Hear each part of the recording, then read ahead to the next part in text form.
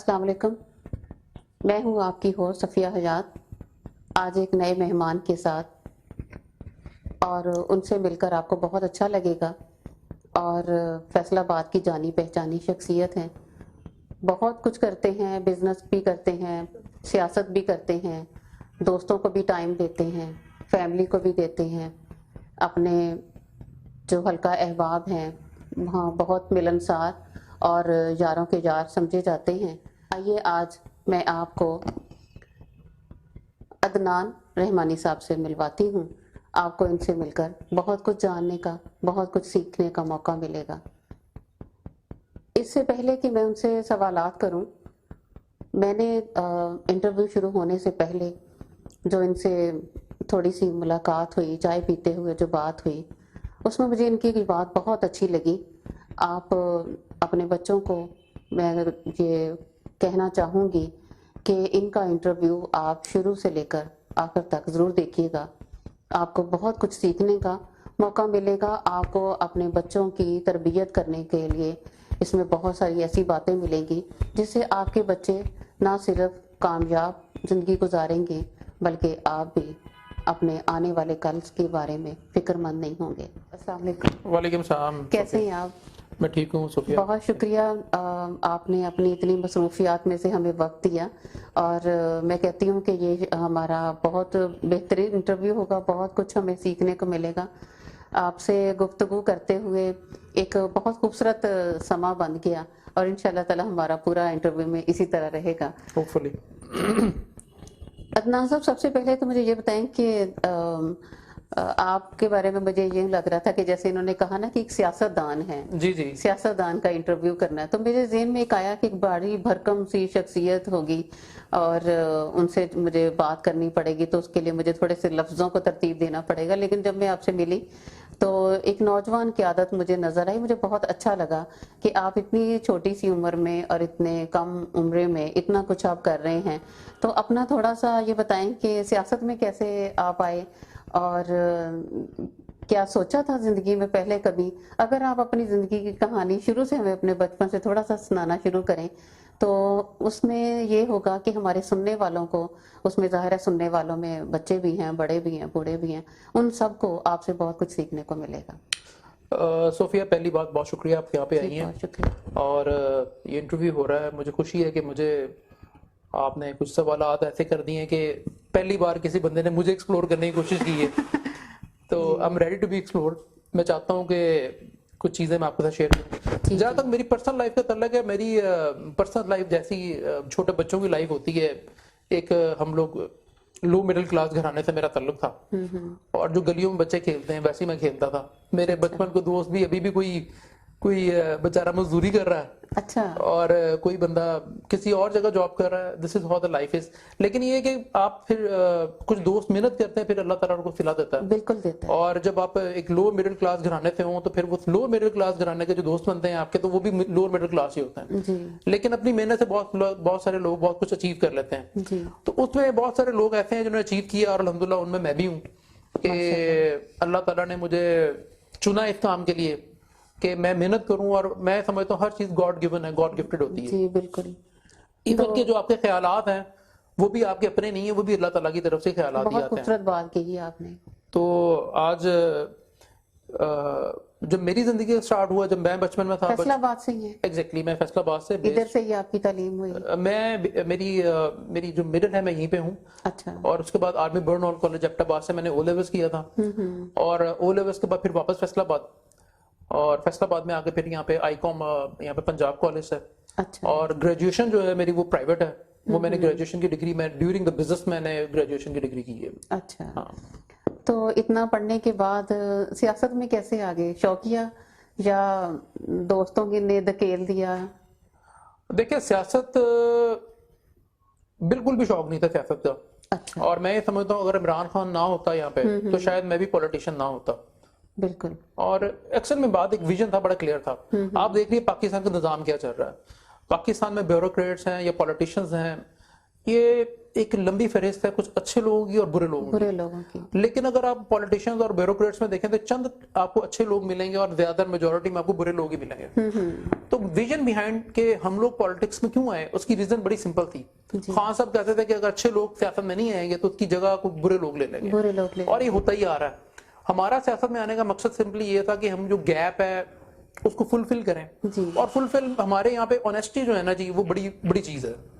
Honesty جو میں کہتا ہوں, اگر اب بندہ پالیٹیشین بننا چاہ رہا تو اس کی پری کوالیفیکیشن جو ہے نا آنیسٹی ہے. اگر وہ آنیسٹ نہیں ہے he doesn't deserve to be the representative of public. وہ پبلک کا ریپرزینٹیٹیو نہیں ہو سکتا. میرے اس چیز پہ بلیو ہے.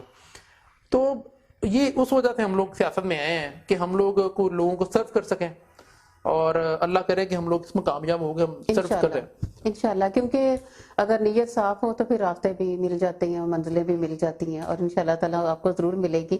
اور ابھی میں نے دیکھا کہ کل آپ کا کوئی جلسہ ہوا اور اس میں ماشاءاللہ اتنی زیادہ آپ کے پاس وہ آپ کے سننے والے, آپ کے چاہنے والے تھے. تو عدنان صاحب کبھی ہار سے ڈر لگا؟ دیکھیں جب بندہ کھیل رہا ہوتا ہے نا کسی فیلڈ میں تو ہار جیت ہوتی ہے.